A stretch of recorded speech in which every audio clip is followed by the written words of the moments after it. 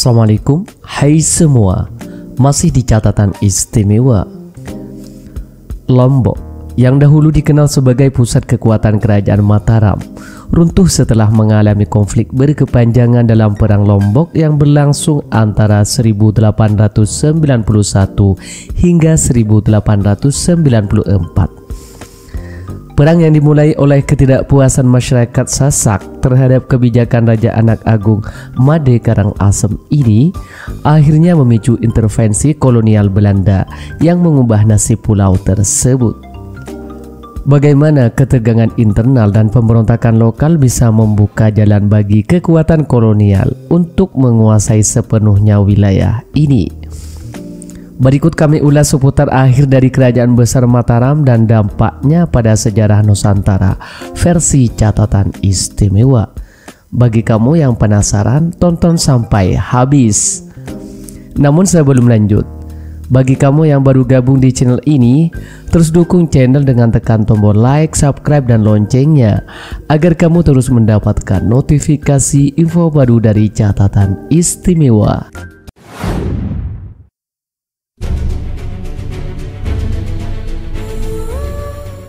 Pada akhir abad 19, kedaulatan politik Kerajaan Mataram di Pulau Lombok berakhir, ditandai oleh kekalahan mereka dalam Perang Lombok yang berlangsung antara 1891 hingga 1894.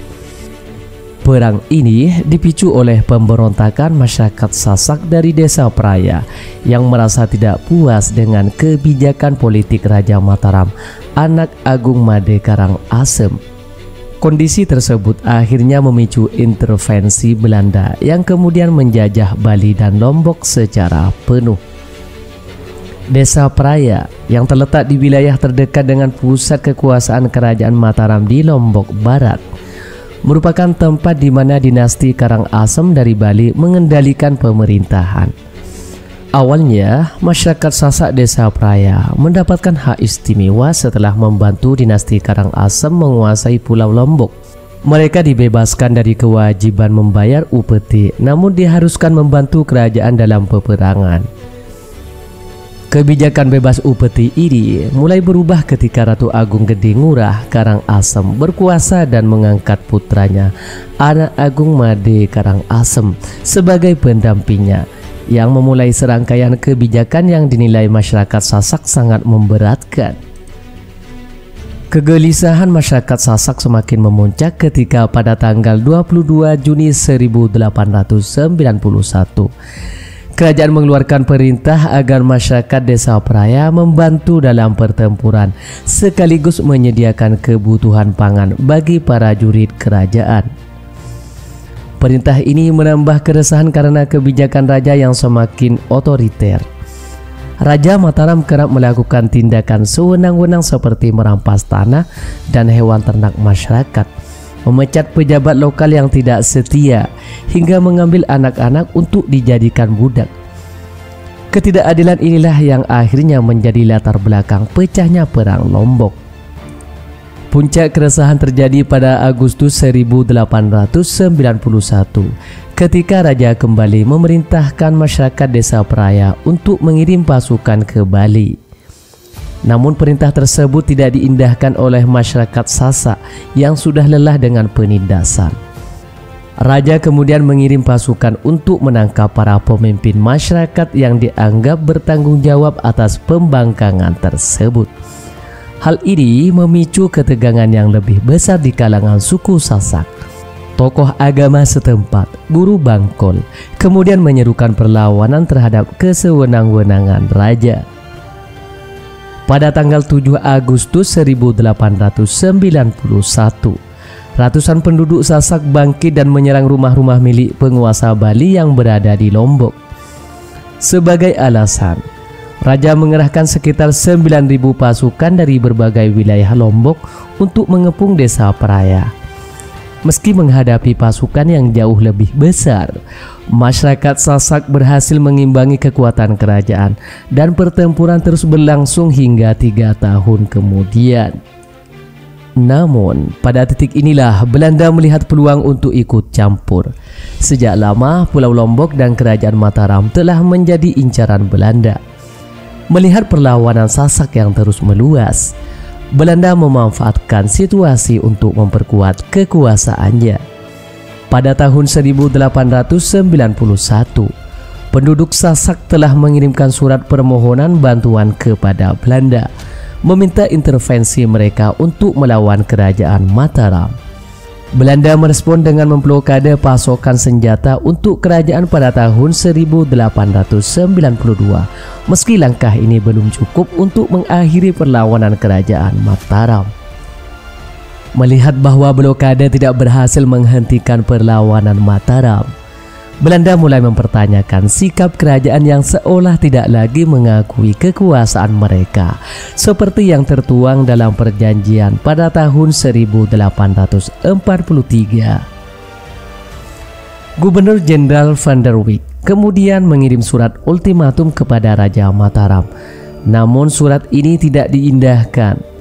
Sebagai tindak lanjut, Belanda mengirim ekspedisi militer besar-besaran untuk menundukkan Mataram. Pada bulan Agustus 1894, 3 kapal perang Belanda, yakni Prince Hendrik, Koningin Emma, dan Tromp, berangkat dari Batavia membawa ribuan pasukan yang dipimpin oleh Mayor Jenderal J.A. Vetter dan Mayor Jenderal Petrus van Ham. Pasukan Kerajaan Mataram memilih untuk tidak terlibat dalam pertempuran terbuka dengan Belanda.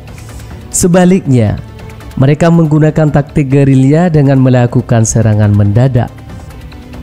Pada tanggal 25 Agustus 1894, pasukan kerajaan berhasil menyergapkan militer Belanda dan menewaskan lebih dari 500 tentara, termasuk Mayor Jenderal Petrus van Ham. Meski kemenangan ini menjadi pukulan besar bagi Belanda, mereka memutuskan untuk tidak segera membalas dan menunggu bantuan tiba. Pada tanggal 3 September 1894, pasukan bantuan Belanda yang dipimpin oleh Jenderal Sagov dan Kolonial J.J.K. de Moulin tiba di Lombok dengan persenjataan yang lebih canggih. Setelah persiapan matang, Komando Belanda mengeluarkan perintah untuk menyerang pusat pemerintahan Kerajaan Mataram di Cakranegara pada tanggal 18 November 1894. Dalam serangan ini, Istana Cakranegara dihancurkan dan sekitar 2000 prajurit kerajaan tewas, sementara Belanda hanya kehilangan 166 orang. Puncak pertempuran terjadi pada tanggal 22 November 1894 ketika para pengikut setia raja melakukan puputan, yaitu pertempuran sampai mati sebagai bentuk pengorbanan terakhir. Setelah kekalahan ini, Lombok secara resmi menjadi bagian dari wilayah Hindia Belanda dan diperintah dari Bali. Belanda juga menyita kekayaan Lombok yang meliputi ratusan kilogram emas, ribuan kilogram perak, serta berbagai karya sastra yang berharga.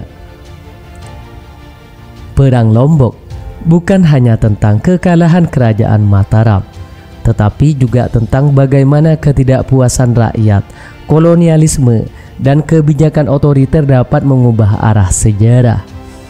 Belanda akhirnya berhasil menguasai seluruh wilayah Lombok dan Bali, menandai babak baru dalam kolonialisasi di wilayah Nusantara.